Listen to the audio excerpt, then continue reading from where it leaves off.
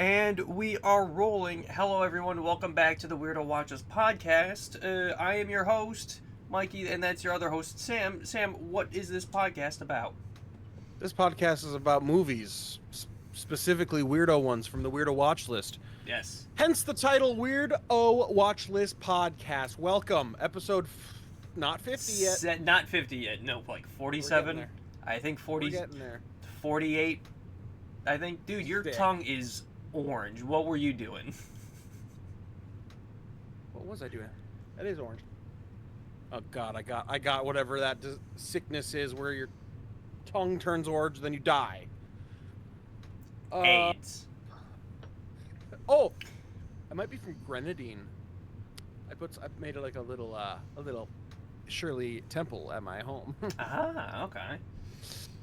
Could be that. How are you, my friend? I'm doing good. How are you? I'm good, dude. I'm good. Chilling, watching movies. Just got done watching. Oh, it was yesterday, technically. I just finished watching The Testament of Anne Lee. How was that? Have you seen that one yet? I have not. Dude, it's actually kind of good. I fuck with it. I don't think a lot of people. It's not gonna be for everybody, but it hooked me. It was pretty good. The music's really sick. It's a musical. Yeah. A very non-typical musical, but I liked it. You know, it was cool. It was cool. All right. Hell yeah. How about you? You seen anything? The newest movie I'd seen was Send Help.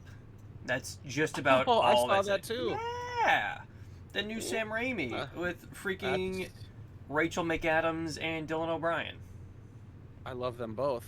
I really just watched it because it was a Sam Raimi movie. Oh, and, yeah. It sure doesn't disappoint in that. In my opinion, it does not disappoint in that. However, the first review I heard of this was somebody saying there's no Sam Raimi to be found in this, and I'm like, oh, that sucks. And then I watched it. I'm like, and then what? it's like, yeah, like they just didn't watch the same movie. I don't think so. I feel like it was very Sam Raimi. Like, yeah, it was great. It's got all just like the freaking like. Just like gross and over the top like gag stuff, you know? Yeah. Like it's a fucking gross and wet movie, and it's even got Evil Dead like fucking demon cam for like a second with like the when she like fights the boar with the hog. Yeah, fights the boar. That scene's just fucking just visceral and violent and it's and you're just laughing at it. I was watching this with my wife, and we saw it in like not like a packed crowd, but there were other people in there, and I was laughing the hardest out of everybody. It was really just me laughing. I was in a pretty empty theater, actually, but there was a lady behind me who was laughing as much as I was, thank God, because I mean, there's so many times where it just cuts to Rachel McAdams, like, just her reaction to something, and it was funny every time. Like, there was a lot of good funny reactions from her. And the movie itself, I mean, is funny on its own, but literally just her reactions were just getting me so good. She did so good at playing such an annoying character. Like, you don't like the main characters, either of them, really. I don't know. There's some likable qualities, but like both of them are just, you don't want to be stuck on an island with either of these motherfuckers. And that, I think, adds I thought it was just going to be like, oh, she's normal and he's a dick, but she's not. She's anything but normal. And she was great. She was really, I mean, I love Rachel McAdams generally. I was shocked to find out, like, Rachel McAdams had only ever worked with Raimi on the second Doctor Strange movie. And that was, like, the first time they had worked together, and, like, I think there's, like, interviews with, like, Sam Raimi saying, like, yeah, no, working with Rachel on Doctor Strange was great. She knew exactly what I wanted, even if it sounded, like, absolutely ridiculous. And they're talking about, like, Rachel needs to, like, take a sucker punch from a ghost and Pratt fall onto the couch. And then Rachel McAdams just didn't question it and just said, like, how do I land? Yeah. So they kind of, like, figured from the beginning just how well they work together. And it shows incredibly well here. I hope those two continue to work together, because unexpected great pairing. Really, really good. And Dylan O'Brien was good too. I mean, and he was also great. Yeah, Yeah. Really. He just funny douche with like the most annoying laugh. Yeah. He's like, how did you? I mean, maybe we shouldn't get into too many spoilers, but how did you feel about the ending? Did it? It's it's not like super duper shocking. They kind of like set it up like halfway through. Like, you see those rocks over there? Nothing but trouble. Do not go over there. Kind of setting up like something's over there. That she doesn't want to be seen. And of course, it is like rich guy house. I was expecting like like a big fucking like sandals resort or something, or maybe like they're on like the back of like a movie lot, or there's like a massive like hotel like on the other side. Again, something like a fucking sandals resort, which is massive. Yeah. But rich guy house still makes sense, and also like helps too. Like, the guy's just never home, so of course no one would just stumble upon them. She knows everything about everything in the house already. She knows how to run the security system. She knows how to talk to him through the cameras. Yeah. I thought it was a goofy ending, but I liked it. I liked it a lot. It was good to see a Sam Raimi movie. Oh, and the freaking music. Danny Elfman. Yeah. His name popped up and I was like, oh shit, we're gonna get a Danny Elfman score. And it was like very like classic Danny Elfman shit. And like, honestly, I don't know if it fully fit in, but like it definitely felt weird for me too, again, especially like comparing it to like his other stuff with like Batman and Spider-Man, how like grandiose those feel, and then like feels out of place for like an island survival horror movie. Totally. But I think he managed it pretty well. I mean, again, like, he's not expected to make Batman 89 again. Yeah. He's not, like, no one's asking that of him for like something like this.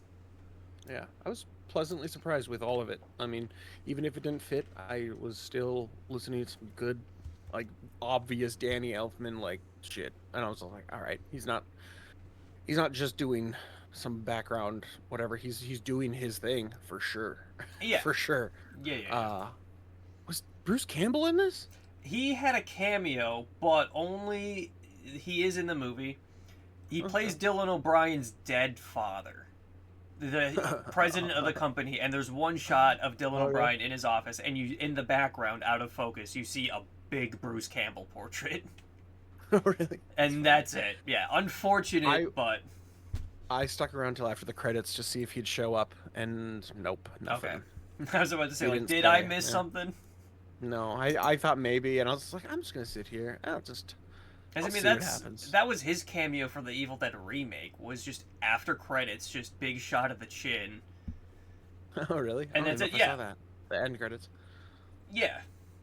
I mean, he has like a voice cameo in Evil Dead Rise, but in the 2013 Evil Dead, he shows up, like post-credit scene, isolated by himself, not in the story whatsoever. And that's not even a Sam Raimi movie, right? No, that was a Fede Alvarez who did Alien, Romulus, and Don't Breathe. Yeah, good for him. Good for him. Good for him. That's a wet movie too. That Evil Dead remake. That one's wet. Yeah. It's a lot of blood. blood. Send helps a bit more. Not a great movie. Yeah, a bit more like slimy. A lot of slimes going on. Like, the bit I laughed like pretty fucking hard at was when Dylan O'Brien like takes the raft and like tries to escape. Yeah. And like Rachel like poisons Rachel McAdams. And then she like comes to his rescue, drags him back onto the beach, and just starts throwing up in his face, and then doing CPR while she's still throwing up. I was the only person, confidently I can say I was the only person laughing at that. Yeah, that's good Sam Raimi shit right there, for sure. Like, I wonder if it was just like, this was the scene. Is like, you know what, we're gonna add puke. Just puke right on him. Just puke on him. Yeah. We're missing something. Puke on him. And you know what? Neither of them question it for a second. Yeah. And then they follow that up with like Rachel McAdams like paralyzing him and threatening to cut off his nuts. That was crazy. Scene. Yeah. Really good scene. Yep.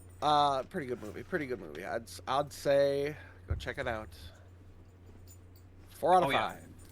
Yeah. 4 out of 5. Is that what you gave it to? Yeah. Bro, I gave so many movies 4 out of 5 in a row. Let's see. I had 4 out of 5s in a row. It looks like. Where did my? I watched The Life of Chuck finally. How was that? Have you seen that yet? No, I have not. I keep hearing everybody say that the end is awful, or like, you know, it's just like takes a total left turn. So I was like, I'm excited to see that. So I watched the whole thing, but I watched it in segments. So if you haven't seen it, it does Act 3 first. So it like pops up, says Act 3, and then Act 2, and then at the end of the movie is Act 1. So you're doing things kind of in a non-traditional way, right? So I watched each of the acts with a good chunk of time between them. Like I went to work after the first one, I made dinner after the second one. So like I watched them very episodically, and I really enjoyed it that way. But yeah, all 3 of them are so different. And my biggest gripe with it was that it sets up a lot of cool stuff where you're like, oh, I'm really interested in the why of Act 3, the first part of the movie. Yeah. And then when they do explain it, it's just not that exciting. You're like, oh, well, you made it seem like it was going to be really cool. But overall, so many people talking shit about the movie. I thought it was kind of a hated thing, but apparently it's more of a mixed bag than I thought, because I thought it was great. 4 out of 5. A lot of other people thinking 4 out of 5, 5 out of 5, 4.5 out of 5. I've seen I thought it was hated. Yeah, no, there's a few people on my like feed that like relatively to really enjoyed it, and then a few people just like shitting on it. Yeah, there is a fucking narrator, and he's Ron Swanson. What's his name? Nick Offerman. Fucking A, man. I love him, but it's like getting Morgan Freeman to do. It's his voice. I don't know. It takes me out of it. I hated it. I hated every second of it. I didn't mind super noticeable. Just there being a narrator, but I'm just like, this is just Ron Swanson in the movie. I don't need it no more. But other than that, I really like the movie. I'd say check it out. I was a surprise. I was kind of expecting the end to be just dog shit, and it wasn't. It was good. Well, it was good. It was fine. It was a fine ending. The movie overall good, ending fine. All right. I saw you also saw Phoenician Scheme. Tell me about that. I did.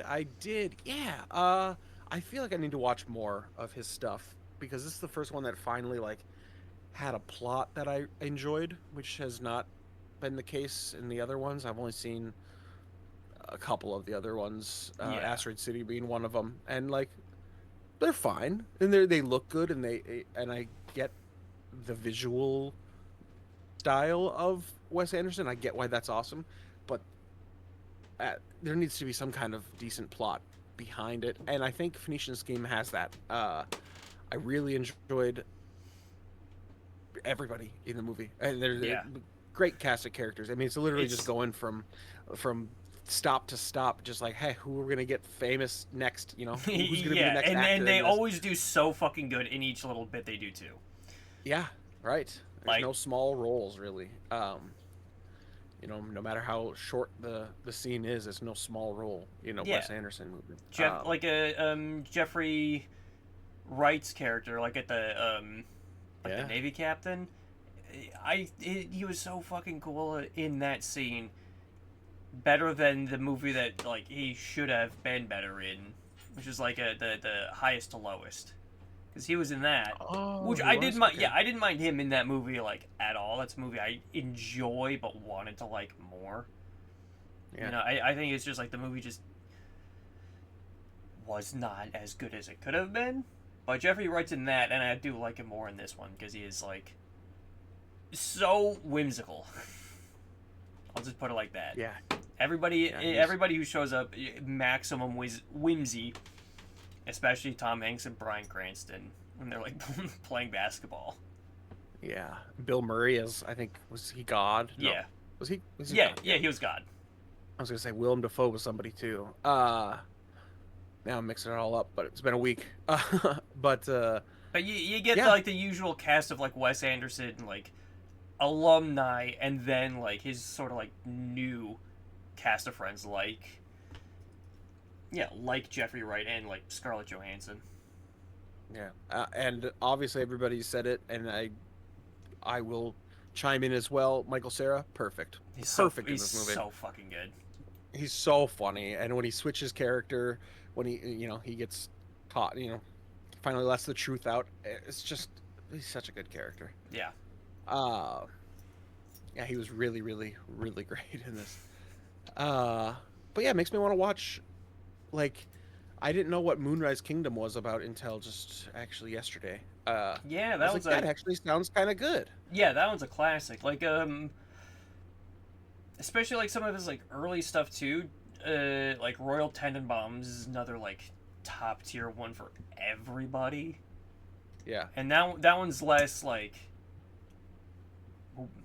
It doesn't have like it still has like the symmetrical framing, but it's none of the like pastel like sets from like finishing scheme. Yeah.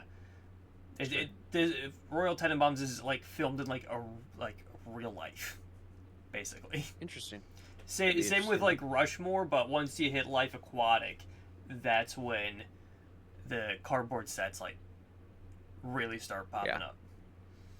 See, I've seen that one, and that's probably a bad take, but I just don't get it. I didn't like it. I mean, maybe I need to watch more of his movies and then revisit it, and it'll be something. But I was just like, man, that's what I wanted to like a lot more than I did too on first watch. I have been meaning to give it a rewatch, but I haven't seen it in, I think, since before I got Letterboxd.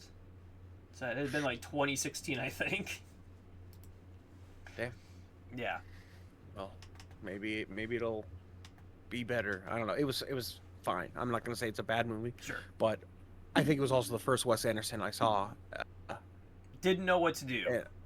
Yeah, maybe I didn't know what to do with it. Maybe it'll hold up way better. But I'm glad I finally saw one that I actually loved, because I liked Asteroid City, and I was just like, all right, yeah, I get these movies, I understand them. But now way more so, I get why people can love a Wes Anderson movie. Yeah. You know, if there's more like this, like once it really hits the heart, that's what it's missing. That's what it's missing. Yeah, it's been very exciting because seeing like you watch and really like it, and my coworker Andrew rewatch it and like it even more, makes me feel a little bit more vindicated, because I feel like I've been the only person like really championing this movie like out of the year. Yeah. Oh shit! Did I talk about Sentimental Value yet on the podcast? I feel you haven't seen it yet, have you? I haven't seen it yet. Dog. Maybe you said you were like in the middle of watching it. That would be my guess. I fucking loved it. Holy shit! Like, I really think I should change my Oscar, not prediction, because I don't think it's gonna. I would like it to win. I think it's the best movie of the year. I mean, truly was perfect for me. I fucking loved it. I love the fuck out of that movie. I need you to watch it ASAP. Okay. It's not even doing anything that crazy. You know, it's. Oh yeah, no, it is just like great movie. Yeah, just great movie.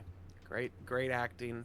A lot of cool themes. A lot of themes that are kind of really deep, really kind of overlapping each other, with a lot to do with kind of your family trauma and trauma that's like passed down to you from your parents, whether you know it was inflicted on you or not. Yeah. That they frame it in such a beautiful way, especially right at the beginning. It's like this, like it's this little almost like short story about the house that they live in, and then it makes the house a character basically, and it makes the whole thing just Really good stuff. Really good stuff, brother. I do want to check it out before the Oscars hit, so seeing it's like a $10 rental is a bit manageable. You know, if it's like, you know, like Oscars like tomorrow night and it's the last one I gotta watch, I'll shell out the $10. I think I just paid $4 for Kangaroo Jack today, so yeah, it's $10 for a good movie is not so bad. Whoops. Yeah, you fool.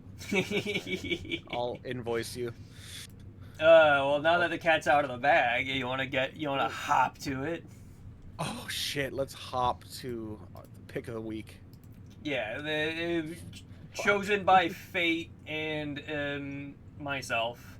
The pick of the week of the episode is Kangaroo Jack from 2003. Kangaroo Jack? Now, first I will say I am sorry. I thought it would be funny, and it is still a little bit funny. Because true. Especially if you looked at the podcast ranked list I have, you just see it down towards the bottom and his smug fucking grin with the sunglasses. He's just staring up at you next to two Matthew McConaughey's. I can hear that fucking fake ass Dr. Dre. It's not even the actual Dr. Dre or whatever song. It's just Kangaroo Jack's little motif that is played about 500,000 times in this movie. Oh my god, dude. Oh. Anyway, the movie was not that bad, but that there's going on it like 2 seconds was never funny. By the time the movie was wrapping up and it was like 10 minutes from the end or whatever, I was thinking like this is just, it was starting to test my patience and I was starting to hate it. But after the fact, after I like relieved myself of the film and have been sitting on it for 2 days now, it's still a bad movie, but it's not the worst thing I've ever seen by any metric. True. It is more perplexing to watch, especially in the context of this film's bizarre production. And it is just, it's strange. Yeah, I look at the poster, I see Kangaroo Jack, I see the Lucky Brooklyn jacket. That isn't even the jacket from the movie as I'm looking at the poster and a photo of Kangaroo Jack. Yeah, like the in the movie it says Brooklyn, but it's all in white and it's got stripes. This one is a different hoodie that says Brooklyn on it. Oh, what a movie. Jerry Bruckheimer. That by the way. Yeah, Jerry Bruckheimer. Did not know that. That was, I should have seen that coming. I don't know why I would have. Honestly, that's why I was like, oh, maybe that's why he picked it. Because I guess I don't know if you're a big Bruckhead, but I feel like you would have picked it for that reason. I couldn't come up with any other reason why you picked it. I do enjoy a good Jerry Bruckheimer picture, right? Yeah. Pirates of the Caribbean, National Treasure, Top Gun, Bad Boys, right? Most of Tony Scott's movies. I like Jack. And Kangaroo Jack. Yeah. I love a good Bruckheimer movie. I wish more producers would just go his route and just sign checks, you know? Yeah. But Kangaroo Jack being there, that was not my intention. I did not know Bruckheimer had anything to do with Kangaroo Jack until I saw the production logo and then the custom kangaroos jumping across the road as we approach the iconic lightning struck tree. That was something. That was a move of confidence. There was a couple moments, at least in the beginning of this movie, where I'm like, oh, maybe this movie is on the Weirdo Watchlist because it's maybe a hidden gem. Maybe like it's not on its surface. Because some of the editing at the beginning was like interesting.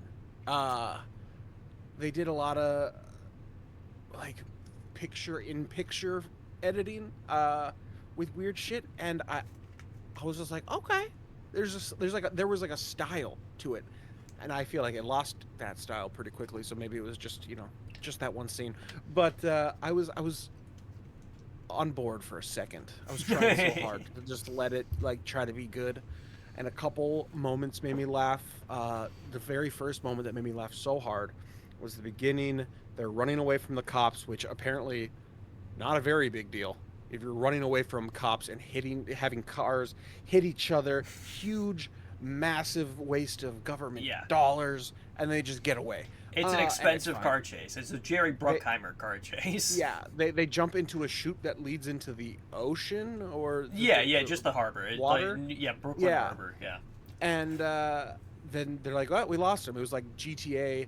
The stars went away. Like, they're gone. All right, okay. But what made me laugh was during that scene while they're running away from the cops in the warehouse, he has his dog Waffles with him, and his dog stops and he goes, "He's frozen with fear," and I don't know why that made me laugh so hard. It was just the way he said it. Let me tell you this. There's gonna be something good in this, but let me tell you this. I laughed at that same bit, and as you were explaining this whole scene setup, I was hoping that's where you were going with it, because that also made me laugh. Considerably more than anything else in the movie. His fucking delivery. Chase, he's like, "He's frozen with fear." Oh, Waffles! He's frozen in fear. It's his delivery, and then the fucking cut to his dog just standing there. It's such an overreaction that it really did make me laugh too. I do like Anthony Anderson as an actor. I only know him from this in Transformers. Oh, he's in Scary Movies. Scary Movie 4. A couple of them. No, that's just Scream 4. He's in He's in Scary Movie 3 and 4 too? And he's in Scream 4. And then I've definitely seen him in a bunch of things, but I've seen The Big Year, I've seen Big Mama's House, I've seen Ferdinand, I've seen Harold and Kumar. Go You've White seen Castle. Ferdinand? I've seen Transformers. Yeah, I've seen Ferdinand. The John Cena bull ride movie? Of course. And it's not as bad as you might think. He's third build. I don't know. I'm just looking at his. I've seen The Departed. I've seen the first 5, 6, 7. First 7 of his movies that are here. I thought you were gonna say Transformers, and I was gonna he's only in one of those. As Glenn would. Anyway, he was great. I mean, he was serviceable. He had some of the worst jokes. He fits in the movie. He does have some of the worst jokes. Not his fault. He's delivering the jokes the best he fucking can. You know what? Hey. It's an award-winning joke. He won an award for best fart at the Kids' Choice Awards. That's the worst joke in the movie. Yeah. I was like, when are they gonna have a fart come from the camel, and then they're gonna say, "Oh, that wasn't the camel," and it was just the end of the scene. I'm like, it's just the end of the scene, and that won best fart at the Kids' Choice Awards, and he accepted the award riding a camel. Sick. Yeah. Respect. Yeah, no, that was terrible. There was a couple terrible jokes. I think maybe the worst parts of this movie are anything with the girl love interest. Yeah, because terrible. You need your Australian guide who knows the lay of the land. So let's get the white woman from Milwaukee who can't act because she's only acting like she thinks she's hotter and smarter than they are. Which only one of those is true. And the love story between the main character and her. No sense. Comes out of nowhere and feels very out of place for a PG movie about what is advertised as a talking kangaroo. Which, we can get into.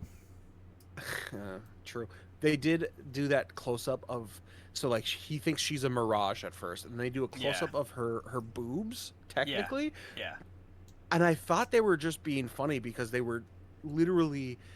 she was in a tank top that was up to her neck, and then, a button-up shirt over that. So there was, almost no curvature of a boob at all. And that's what they zoomed in on.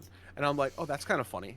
He's, so obsessed with just literally anything that even the most mundane... But then they didn't play that as the joke. They had him...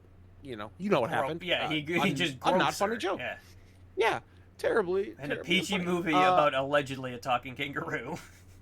And that is what makes them start a romance, I guess. Yeah. Wild. Yeah, hated everything with them two trying to have any kind of chemistry. Hated it. And I'm like, this movie is somehow even worse than it was 2 minutes ago. Now that there's these two flirting under a waterfall. And it's supposed to also be like a very like 2003 sexy scene, you know, like she's in a white top in the waterfall, you know, like clearly there's supposed to be a bit more that's shown, but then it becomes quickly very much cut around to keep the PG rating, because I don't know if you knew this, but this film was shot as an R-rated mafia comedy. Really? It was supposed to be R-rated, yeah. So there's tons of sex jokes, believe it or not. A lot of swearing, and yeah, just stuff of that nature. I don't know how gory it was supposed to be, but that's why you got like the whole mafia subplot with fucking Christopher Walken and Michael Shannon, and that's why you got the awkwardly sexual and creepy sex stuff between Jerry O'Connell and Estella Warren, and a few other like weird choice bits. Like it was supposed to be rated R. It was called Down and Under, but the test screening they did, Jerry Bruckheimer was at the test screening. It tested so fucking poorly. They knew it was gonna bomb, but the only positive thing people said was they liked the kangaroo bits. So they recut and reshot scenes of the movie to make it PG, and added all the scenes of the kangaroo just hopping around throughout the movie, just being silly, yeah. Which for 2003, the VFX for the kangaroo aren't that bad, especially in what seems to be a very rushed idea. True. Some of it was not bad. Even the dead kangaroo, I was like, that looks like a real dead kangaroo. I feel like you could get away with like doing that, like, just like, you know, like stuffing something up. Yeah. That's an easy props assignment, you know. Like it's modern technology these days, you know. Look what we could do in the 80s, and now we have a fake dead kangaroo. Amazing. Yeah. Not amazing. The kangaroo didn't talk the whole time. Yeah, not amazing. The kangaroo only talks in one scene. After the one scene with the talking kangaroo comes after Jerry O'Connell gropes the woman, and she punches his lights out, and then he hallucinates Kangaroo Jack rapping and singing, and other talking kangaroos like Christopher Walken as a talking kangaroo. And then the scene ends, and no more talking kangaroo. I definitely remembered the hip hop, the hippie to the hip hop, and I was just like, that would have sold me in 2003. And I don't think I ever saw this back in that day. I don't think I ever did. I feel like I saw like this on like Cartoon Network, because this would always play on Cartoon Network, and they would always do like the nice. You know, like, we're showing Kangaroo Jack. I only watched, I think, a little bit of it, because I remember the poop joke in the airplane. And I remember seeing that, it's like, it's a poop joke, but they just won't stop telling it. What do you mean it's all green and they're, like, touching it? Poop jokes are supposed to be funny. Yeah, and they just very unfunny. Over explain it, you know, it's like, it's all over the place, I'm rubbing it, you know? And I'm like, we get it. Yeah, definitely. Any of the poop and fart jokes, not great. Yeah, that's why the poop joke didn't win Best Poop Joke Award at the Kids Awards. It lost that year. Damn. I liked the pilot guy. He was pretty funny. Oh yeah, what was his name? Like fucking like Blue? I guess it's Blue. Yeah. Oh yeah. That sounds right. He was kind of funny. He was like a real character, yeah. Yeah, just him being super Australian is pretty funny. Yeah. Some of that I mean, there's definitely a little bit of humor in There's here. bones to this movie. And if the R-rated cut were to exist, would it be better? I don't know. And this movie for me only kind of exists as a piece of like fascination, kind of like some sort of relic of like worst possible scenario for a movie. Yeah. Because I mean, like, you have your movie, it's done, and then everyone fucking hates it, so you just fucking gut it and mutilate it for what it's worth, kids and will go see then it, yeah, put it on Cartoon Network. again, yeah, like easily the best way to recoup your money is to try to make it as marketable and kid friendly as possible. So you lie to them, and then you make $80 million. Wow.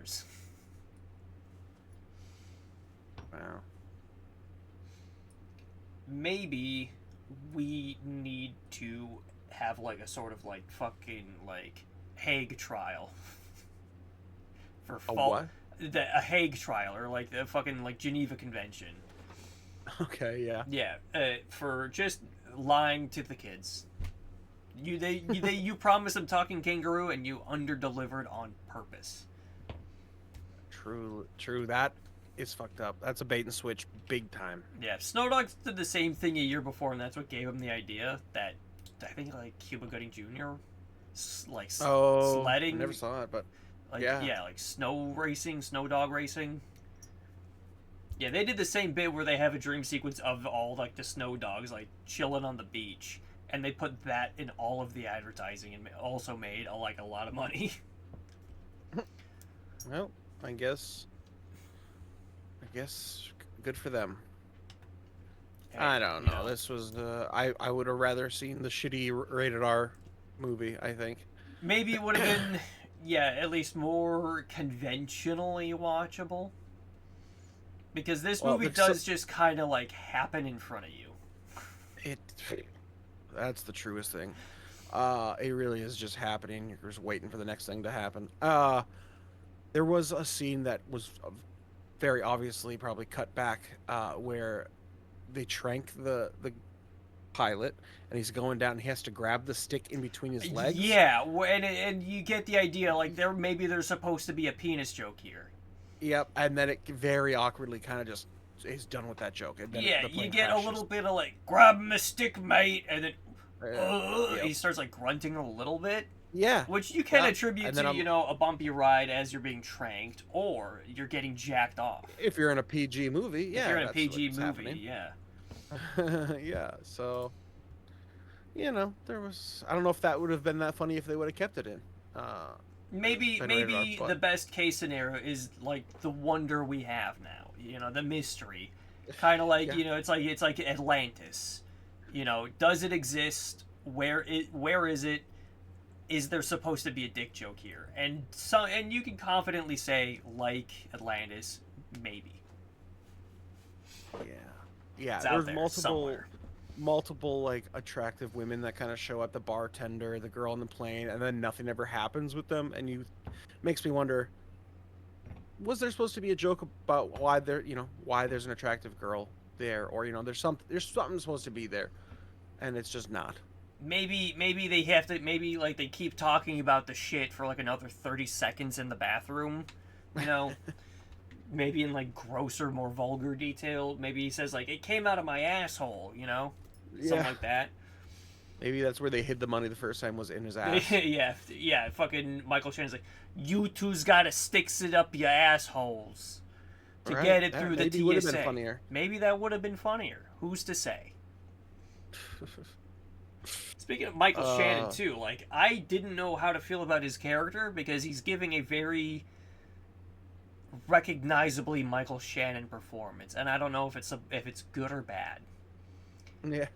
Especially, like, he's committing very hard to the bit, I guess, of being, like, young mobster, kind of like a fucking Christopher from The Sopranos type. He hates doing the work, but he's still gonna do it to the best of his ability.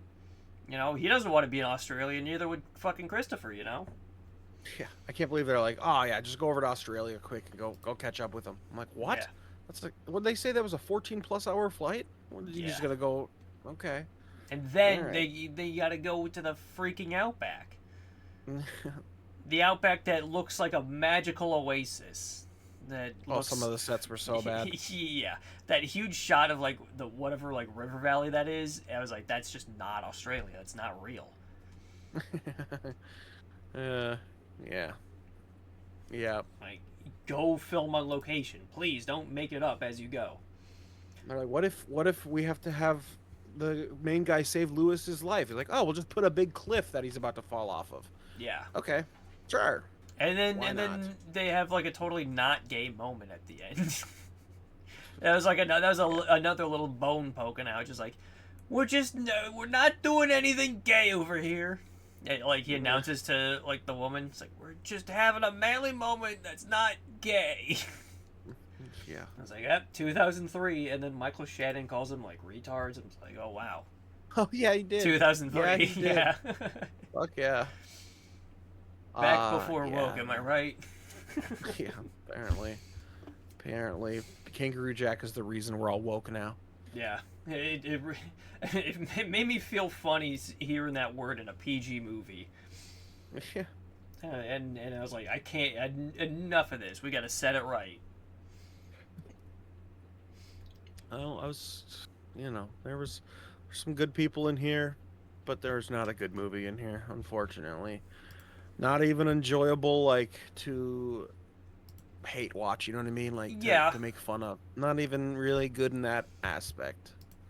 I could see, like, a kid having this, like, on VHS or DVD. I guess 2003, probably either, maybe. Yeah. But, like, and like, seeing it over and over again and maybe being, like, nostalgic for it, but it is just shitty fart jokes. I've never heard people talk about this movie like in a nostalgic way though, because like I think like general like public reaction, like especially from kids when this came out, was like, where the fuck was the talking kangaroo? Yeah. I feel like this movie just like pissed everybody off because again, like I can't confidently say for myself, but again, like I don't want to watch two dudes in an airplane talk about shit if I can't see it myself. Where's the talking kangaroo, you know? It's all you needed. They brought it back for the credits. They did, and he was like, wait a minute, I thought this is Kangaroo Jack. What this movie's saying not what about we all me. thinking. Yeah. Yeah, Jesus. It's like why did I talk more? Yeah, I don't know. It's like they knew. It's like they knew they were gonna piss everybody off, so they had to like really make everyone aware that they knew what they were doing. Yeah. Man. Kangaroo Jack. Fucking A, man. Out of 10, what are you feeling? I watched it. Oh, man. 1? Maybe. Out of 10? 1.5, maybe? Alright. I'm feeling like a more generous 3 out of 10. Nice. Okay, fair enough. Again, it's got some... It got really close to pissing me off, but that's because, again, I was just over with the fact that I had to watch Kangaroo Jack. Yeah. And when it was done, and I was watching, other people talk about it, and, again, most of the time I was just more, like, perplexed as to, like, what was happening in front of me. It never, like, actively really pissed me off like some other movies. Fair enough, yeah. True. And there is a lens here for me to look at this without getting angry at it. That's very brave of you. Yeah. I'm a brave man. Yeah. No one else saying it like it is. Does it belong on the Weirdo Watchlist? No. I don't think so. Part of me says yes, again, because I just have like a natural like fascination with it. I'm never gonna watch it again, but I'm always gonna look at this movie and just wonder, kind of stare at the poster, stare into like the sunglasses, and really take it in. Really taking the 2003-ness of it all. Wonder, like. I just wonder at it. Not wondering the hows, the whys, or the whats, but just wondering about it. Yeah, and to me, I'm that movie that's having that effect on me is Kangaroo Jack. That's why I think it's on the watch list. Films directed by this guy, Kangaroo Jack and Coyote Ugly. He stopped working after this movie. He did Coyote Ugly. Everybody's like, that was decent. And then he did Kangaroo Jack. Yeah. And never came out. Director jail. Direct again. Immediately. Yeah. Oops. Jerry Bruckheimer, you promised it was going to be good. It says he does a director of film and television, so maybe he's just on TV now, but... Yeah. I can't imagine what TV shows he would be making. Maybe he's trying to get a Kangaroo Jack revival series off the ground at like fucking Paramount. Did you watch the sequel or no? Absolutely not. I know we joked about it last episode. Yeah. And I sent you the screenshot that it was in fact free with ads on YouTube. Oh yeah. And just like testing the waters, I still wasn't gonna watch it, I'm not gonna do it. But I thought it would be really funny if, I sent that and you saw free with ads. It's like, fuck, I don't have to pay for it. And then I'd feel a little bit funny and a little guilty if I did see you have to talk about it. But I'd still find it very funny if you did. I didn't. Yeah, no. But you didn't. I already rented this one, and that broke my soul a little bit. That's my fault. My fault. I'll pick a better, more rewarding movie to rent next time it's my turn. Or maybe something that's free, even. That'd be nice. So, that's Kangaroo Jack then. What are we watching next time? Oh, next week or two, we are watching a movie called The Fall from 2006. It does not sound like anything, but once you see the thing, you'll be like, oh, yeah. I just recently heard about this movie for the first time. Yeah, I got some pretty divisive friend activity on Letterboxd on this one. I got one friend that I know IRL, 5 stars out of 5. Another friend, 2 out of 5. So we're going to see what happens with this one. I don't know nothing about it, but it looks weird from just the poster. 2 hours, it's on Mubi, or you can rent it for $5, more than the price of Kangaroo Jack. Oh shit, I fucked up. I don't even have a movie right now, actually. Maybe I should get it again.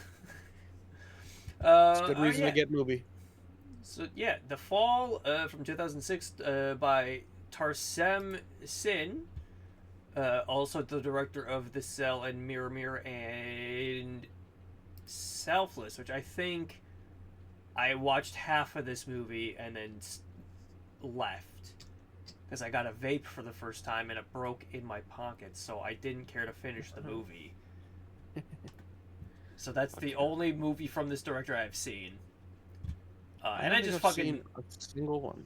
Yeah, no, I recognize all of these movies, but The Fall escapes me a little bit.